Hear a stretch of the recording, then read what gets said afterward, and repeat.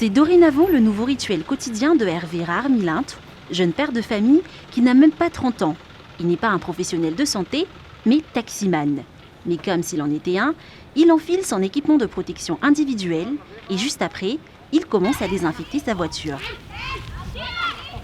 Depuis presque une semaine maintenant, Hervé Raar-Milintre a décidé de ne transporter que des malades de la Covid-19 dans son 4L. Une décision naturelle selon lui, un genre de contribution personnelle dans ce combat. Ny fahitana situation misy eto amin'ny firenena, ahitareo manoloanandreo olona marobe marary, mila fanampiana amin'ny resaka fitaterana sy ny ohatr'izany. Dia anisany anosika anahy ahatonga hanao an'izao fanampiana amin'ny resaka fitaterana izao. Et depuis une semaine, le téléphone de notre chauffeur de taxi n'arrête presque jamais de sonner. Des malades allant se faire dépister, des patients en partance pour les centres de traitement ou parfois des services d'aide comme le transport de matériel. Il n'y a plus de jour et de nuit pour ce père de famille qui essaye de répondre positivement à tous les appels. Ce mardi, Hervé Raar-Milintre a été appelé par une famille pour transporter des bouteilles d'oxygène fraîchement chargées pour des traitements à domicile. En une semaine, il a déjà transporté une trentaine de malades, dont certains étaient sévèrement atteints. Nazara tsy nieritreretra hoe hitadika olona hoe mihoatra ny telo zany ray andro na roa. Geda be ilay olona mila vonjy amin'izao. Forme grave zany ianao fa nitondra ilay tena ilay sepotra. Fa nitondra anankitelo. Sepotra sy soserom indray.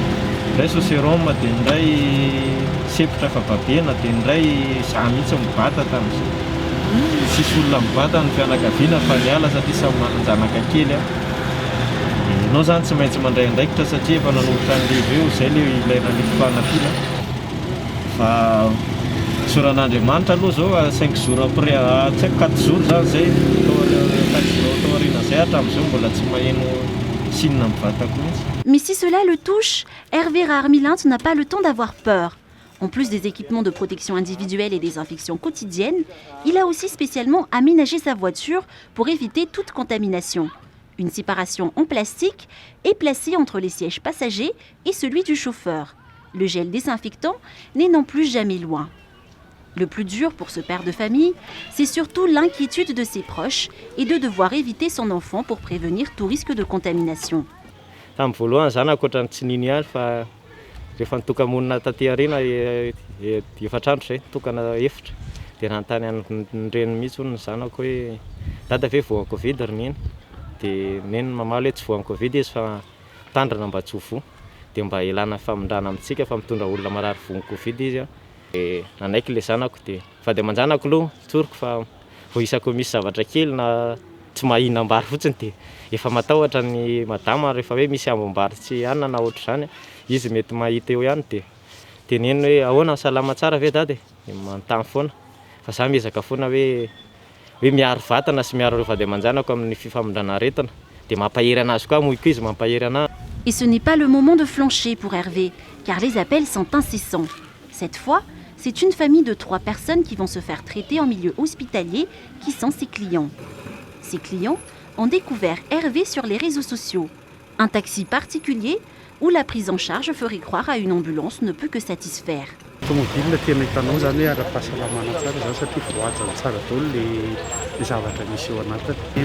Tena menizela ny masan-tanana tsara mihitsy zay tao. Fa vita testa tamin'ny herinandro tany ampiasana anay ahako.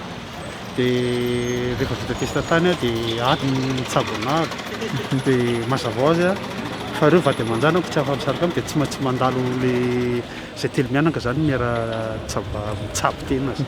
À part de nouveaux clients, l'histoire d'Hervé Raar-Milintre qui a circulé sur les réseaux sociaux lui ont aussi valu de recevoir différents soutiens, que ce soit du matériel comme les épis, du gel désinfectant, de la javel, des gants ou des masques. Hervé a même reçu de ses fans un traitement complet contre la Covid-19. Fanampian'olona voandroany. Androany rehetra naterin'olona taminahy miaraka amin'ny vola hividanana akoho. Vola 3 alina.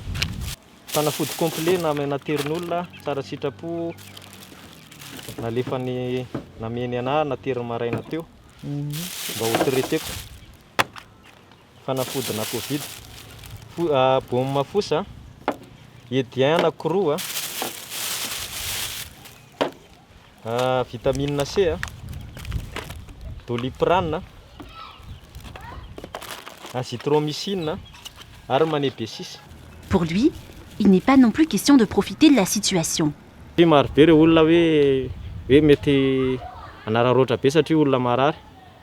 Tsy izay indrindra fa raha izay tsy nanao an'ity azy ity satria tsy havitana mihitsy na anararoatra ataoko hoe afirenina mikotrotra normal ary tsy havitana mihitsy raha sanatria ny olona rehetra reo 520 netiko reo dia izy avokoa ny teneniko hoe ohatrinona ny farany zakanareo ohatrinona ny tokony ho zakanareo. Un retour au client dit normal n'est pour l'instant pas envisagé par notre chauffeur de taxi.